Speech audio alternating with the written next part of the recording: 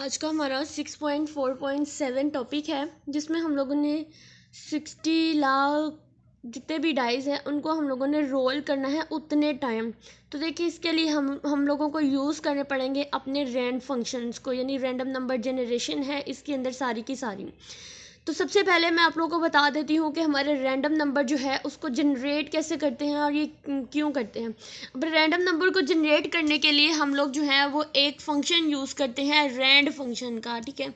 एक फंक्शन हमारे random number की जनरेशन के लिए यूज़ होता है जो कि हमारे पास है रैंड, इस तरह से RAND रैंड, जो कि शो करता है हमारे पास रैंडम फंक्शन को। अब इस फंक्शन को हम लोग इसके लिए जो लाइब्रेरी यूज़ करते हैं या स्टैंडर्ड लाइब्रेरी यूज़ करते हैं वो हमारे पास होती है LIBA, ठीक है, यानी library.h। अब ये वाली जो है हमारे पास, ये सेकंड वाली, ये हमारे पास हमारे रैंडम नंबर जनरेशन के लिए स्टैंडर्ड लाइब्रेरी है और इसके अंदर हमारा रैंड फंक्शन जो है ये अवेलेबल होता है।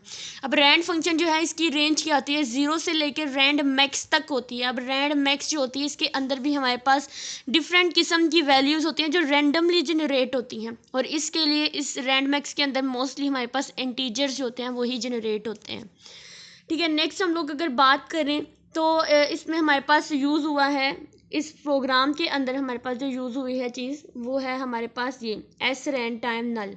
अब ये क्या है, सीड रैंडम नंबर जनरेशन। अब इसका मतलब क्या होता है, सीड एस जो शो कर रहा है ये सीड है और रैंड है रैंडम नंबर। सीड का मतलब होता है कि हमारे रैंडम नंबर्स को कोई ना कोई वो इनिशियल वैल्यू रैंडमली प्रोवाइड कर रहा होता है।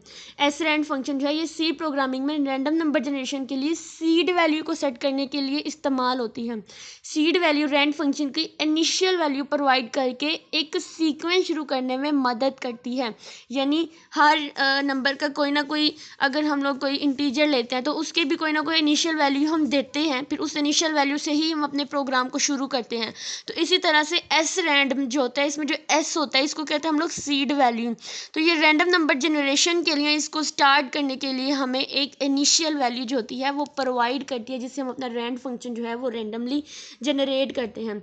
अब जब हम लोग एस रैंड फंक्शन को यूज़ करते हैं तो सीड वैल्यू के रूप में एक इंटीजर पास की जाती है। अब हमारे पास एक इंटीजर वैल्यूज़ आती हैं, सीड को बदलकर जो है वो रैंडम फंक्शन में जो रैंडम नंबर्स को कंट्रोल कर सकती है। ये बात याद रखनी है कि एस रैंड का अगर पूछा जाए आपसे वाइवा में तो एस रैंड क्या होती है, तो एस रैंड जो है ये मोस्टली हमारे पास सीड रैंडम नंबर इसको हम कहते हैं और इसमें जो सीड होती है ये हमें रैंडमली कोई इनिशियल वैल्यू प्रोवाइड करती है जिससे हम लोग अपने रैंड फंक्शन को स्टार्ट कर सकते हैं। तो इसका काम जो है वो मोस्टली यही होता है। और अंदर जो यूज़ हुआ है टाइम नल, इसका मतलब क्या होता है इसके अंदर, इसका मतलब ये होता है कि ये हमें वो वैल्यू प्रोवाइड करेगा जो करंट टाइम में यूज़ हो रही है, यानी एस रैंड टाइम नल फंक्शंस करंट टाइम से सीड जनरेट करता है, फिर रैंड फंक्शन उस सीड के साथ रैंडम नंबर जनरेट करता है। इस तरह से एस रैंड फंक्शन का इस्तेमाल करके हम हर बार अलग रैंडम नंबर जनरेट कर सकते हैं। अब इसका यूज़ जो होता है, इसको मैं एक दफ़ा फिर से आपको ओवरव्यू दे दूं कि एस रैंड जो है ये क्या है, ये रैंडम नंबर जनरेट करने के लिए एस रैंड का फंक्शन हम क्यों यूज़ करते हैं, हमें कोई ना कोई रैंडमली इनिशियल वैल्यू प्रोवाइड करता है। ये जो हमारा रैंड के साथ एस लिखा हुआ है इसको हम कहते हैं सीड वैल्यू। अब इसके अंदर जो टाइम नल लिखा हुआ है इसका मतलब क्या होता है कि हमारा जो भी इनिशियल वैल्यू आएगी, सीड वैल्यू हमें, जो सीड रैंडम नंबर हमें जो भी इनिशियल वैल्यू प्रोवाइड करेगा वो करंट टाइम में क्या यूज़ हो रही है, हमारे कंप्यूटर के पास इस वक्त कौन सी रैंडम वैल्यू है, वो उसके बारे में हम लोग डिस्कस करेंगे। अब नेक्स्ट हमारे पास ये प्रोग्राम था रोलिंग द 6-साइडेड डाई, ठीक है। अब इस प्रोग्राम में था रोलिंग अ डाई, इसको हमने कितनी दफ़ा, एक डाई होता है वो 6-साइडेड होता है, तो इसको हमने ये जो गिवन है इसके अकॉर्ड इतने टाइम्स हम लोगों ने इसको रन करना है।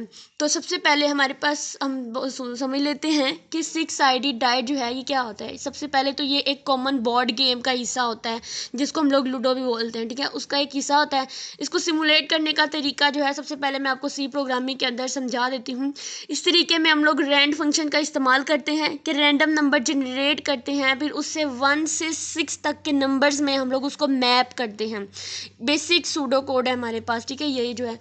अब इसके लिए सीड इनिशियलाइज करते हैं। सबसे पहला स्टेप हमारे पास ये होता है कि इसके अंदर हम ना कोई सीड इनिशियलाइज करते हैं, तो इसके लिए हम लोग एस रैंड और टाइम नल जो है इसका यूज़ करते हैं सबसे पहले। इसके लिए इस प्रोग्राम को करने के लिए हमें एस रैंड का यूज़ करना पड़ेगा।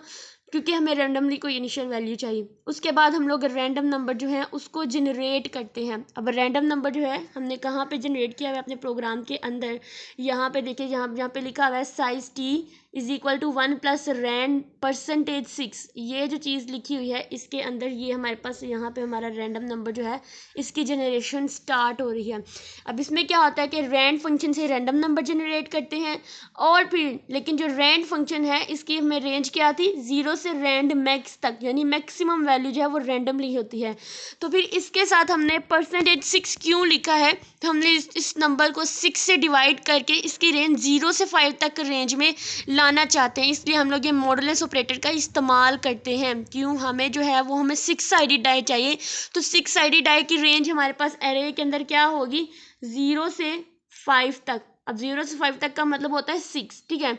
तो हम लोग इस रैंड फंक्शन को 6 के साथ इसका मॉडुलस लेते हैं ताकि हमें जो भी नंबर मिले वो 0 से 5 तक की रेंज के अंदर हो। इसमें हमें ये शो करा रहा होता है कि हम नंबर को 6 से डिवाइड करके 0 से 5 तक की रेंज में लाना चाहते हैं, इसलिए हम इसमें मॉडुलस ऑपरेटर का यूज़ करते हैं।